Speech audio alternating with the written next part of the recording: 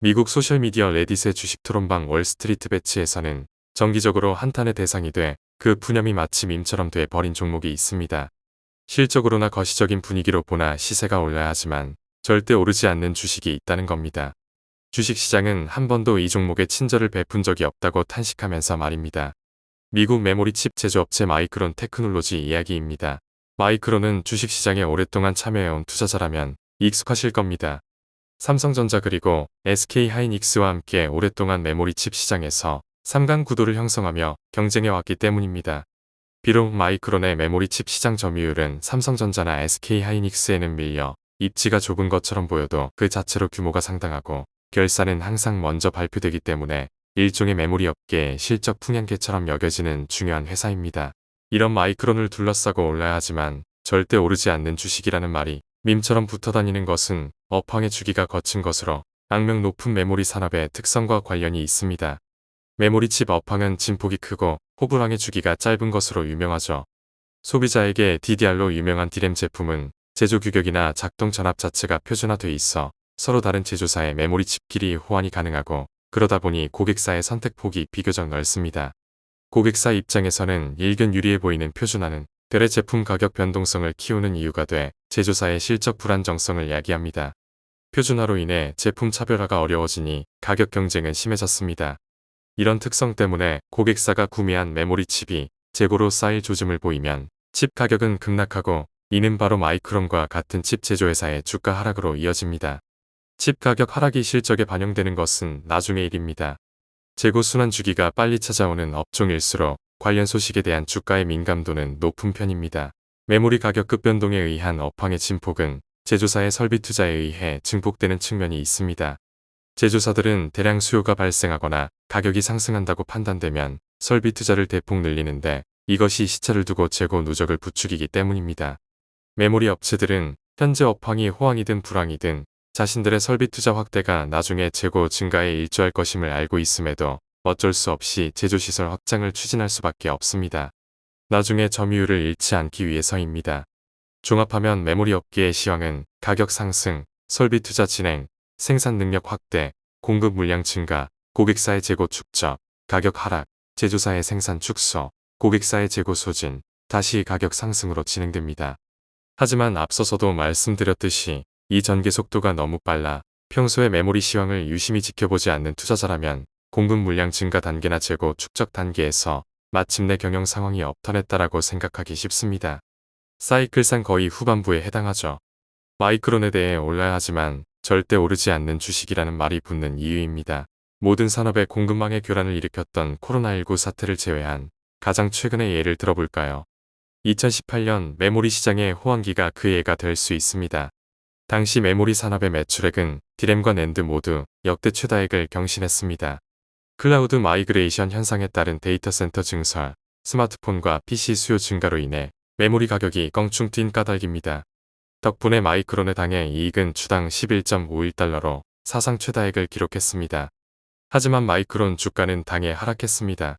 연초 42.85달러에서 당해 5월 30일 연중 최고 61.44달러까지 올라섰다가 연말 31.13달러로 주저앉았습니다. 2018년 연초에 마이크론을 좋게 보고 투자한 뒤 한 해 동안 기다렸다면 27%의 손실을 봤을 겁니다. 연중 최고치 근처에서 샀다면 절반 가까이 손실을 봤겠죠. 당해 9월 마이크론의 경영진이 결산 설명회와 콘퍼런스에서 두 차례나 메모리 가격 하락을 예고한 것이 원인이 됐습니다. 동시에 모간 스탠리의 애널리스트가 메모리 시장에 부정적 의견을 담은 보고서를 내놓은 게 하락세에 기름을 부었죠. 호황기 중에 주가 하락의 아이러니는 인공지능 열풍이 한껏 불고 있는 올해에도 반복되는 양상인 듯합니다. 마이크론의 주가는 올해 85.18달러에서 시작해 6월 18일 153.32달러까지 80% 올랐다가 10월 6일 현재 102.25달러로 고점 대비 4개월 동안 33%나 떨어졌습니다. 비록 연초 이후로는 20%의 상승세를 기록 중이지만 엔비디아의 상승률 152%를 크게 밑돕니다. 마이크론이 AA 연산형 반도체 시장의 성장에서 핵심 연료가 된다는 별명이 무색합니다. 하지만 이번에 아이러니가 더욱 아이러니한 것은 주식시장의 반응과 다르게 경영진은 장기 호황을 예고하고 있다는 겁니다. 마이크론의 경영진은 최근 결산 설명회에서 2024년과 2025년 생산 예정인 모든 HBM이 이미 모두 완판됐고 관련 제품 모두가 높은 가격으로 장기간에 걸쳐서 납품하기로 했다고 했습니다. 종합하면 기업 사이에서 제품이 너무 필요해 웃돈을 주고 최소 2년치 물량을 받기로 하는 계약들이 체결돼 있다는 겁니다. 2018년 당시 경영진이 가격 하락을 경고한 것과는 대조적입니다. HBM은 D램을 적층에 제조하는 일종의 메모리 고성능품입니다. 적층 기술을 통해 더 많은 메모리를 작은 면적에 집적할 수 있고 종전에는 CPU나 GPU 내부에 장착돼 D램 칩과 별도의 패키지로 존재했던 메모리 컨트롤러를 D램 칩에 더 가깝게 위치시킴으로써 데이터의 속도 처리 저하를 유발하는 신호 지연 현상을 줄였습니다. 이런 HBM은 엔비디아의 H백과 같은 AI 연산용 칩에 함께 탑재돼 고속 대용량 데이터 연산을 가능하게 합니다.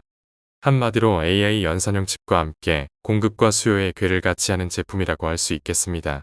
마이크론의 성장을 주도 중인 HBM의 수급이 장기적으로 긴축적으로 전망됨에도 불구하고 주가가 최근 주저앉은 것은 아마도 악명 높은 붐버스트 사이클에 대한 투자자들의 트라우마가 반사적으로 반응했기 때문일 겁니다. 레딧의 일부 투자자는 마이크론에 찾아올 AI발 설비 투자 열풍의 청구서를 두려워하기 때문이라고는 하지만 현재 데이터 센터에 대한 왕성한 투자가 아직 초기 국면이라고 할 정도로 한창인 시점에서 마이크론에만 유독 청구서를 들이민다는 것은 논리적으로 납득이 잘 되지를 않습니다. 논리상의 불일치는 월가에서도 나타나기는 마찬가지입니다. 지난달 15일 모간 스탠리는 2025년에 도래한다는 HBM 공급 과잉의 임박론을 주장하면서 SK하이닉스에 대한 목표 주가를 대폭 하향한 적이 있습니다. 내년 메모리 업체의 HBM 공급량이 2,500억 기가바이트에 달해 수요 1,500억 기가바이트를 67%나 초과할 것이라는 게 그 전망의 골자입니다. SK하이닉스는 HBM 시장 점유율 1위 업체이기 때문에 그 여파는 마이크론에도 고스란히 이어질 수밖에 없었습니다. 하지만 모간 스탠리는 관련 보고서를 내놓은 지 10여일 만인 9월 26일 마이크론의 목표가를 100달러에서 114달러로 상향했습니다.